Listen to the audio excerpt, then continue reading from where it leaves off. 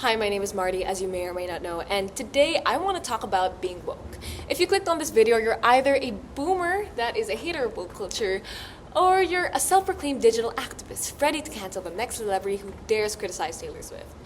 Both of which are something. Or maybe you're just my HISTO prof. I don't know. First things first, what do people say about woke culture anyway? I find that those in favor of woke culture usually have two main arguments, and those have to do with the concepts of wording and respect, which you could say back then freely without consequence, is a little bit offensive and isn't really acceptable now. Those who are opposed to woke culture usually present the argument that their freedom of speech is being infringed upon, which is, somewhat true. People just can't say whatever they want to say.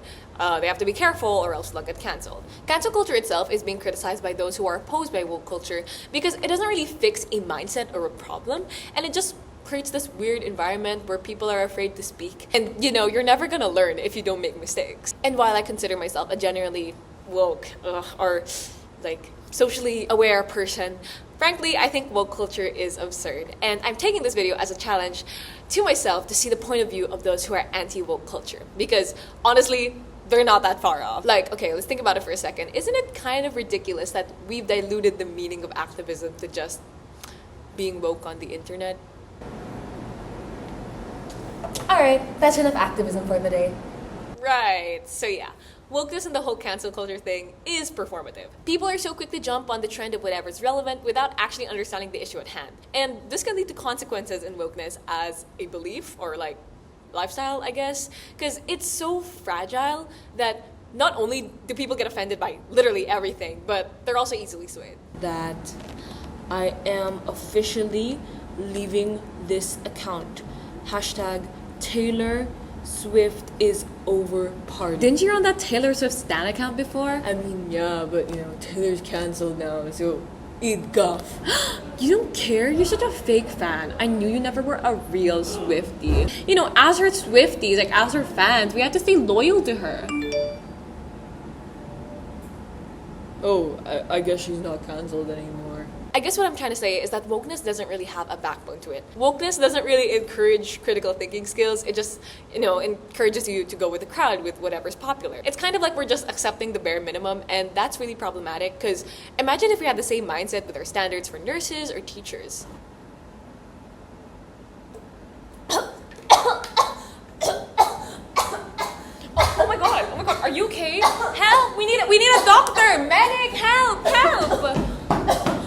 Me, I'm a doctor. Buddy, you'll be fine. You're just not gonna do anything? I'm fine. I'm fine if anyone cares. No? Look, he's fine, right? I already told him I was a doctor. That should be enough. For people who really value having their freedom of speech, they sure seem fixated a lot more on speaking rather than doing. Your question is, tell us about your concrete solutions towards solving the looming sexual health crisis as a result of the ongoing rise of HIV/AIDS. Thank you for that wonderful question, Judge. I believe that supporting the LGBT community is absolutely important because love is love. Hey, but you didn't really answer my question. Speaking of words though, I do agree with what some woke kids nowadays say, that words are not neutral. That's why we have to be careful with the battles we choose to fight.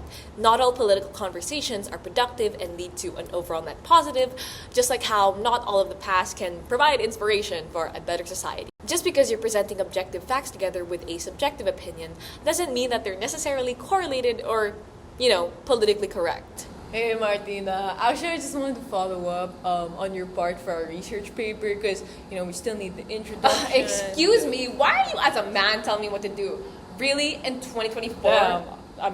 Sorry, I'm not really asking for much. This is just your part for our thesis paper. Oh wow, so I'm supposed to listen to what you as a man are telling me what to do? I think no matter what your opinion is on woke culture though, we can all probably agree on a simple matter of respect. This is probably one of the biggest faults of self-proclaimed woke people who want to be activists.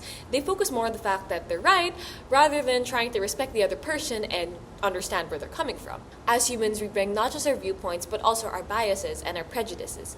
People can change their opinion when presented with new information, and any human with critical thinking skills knows that. Respect makes sure that a conversation is actually productive, but wokeness is so authoritarian and controlling that it doesn't ever try to consider that. Yeah, me too, I really like that. How about you, Marty? What's your favorite food? I don't really have a favorite fast food, but the most recent one I tried was actually Chick-fil-A, and it was actually Chick-fil-A? So you're homophobic? Sorry, what does that have to do with anything? I can't believe you're homophobic in 2024. Come on, man. That would happen to being woke and progressive. Speaking of respect, respect doesn't automatically make someone's opinion correct, by the way. You can't just shove the narrative of respect down people's throats and expect to be right. And at the same time, respect goes both ways. If you want to be listened to, you should be willing to listen as well. Nung panahon namin, golden age ni Marcos yun. Marcos pa rin, ulul, Lenny Lugaw, respect my opinion. And that's the end of my video. Thanks for watching. Or, sorry if you got triggered, I guess. Fucking snowflakes.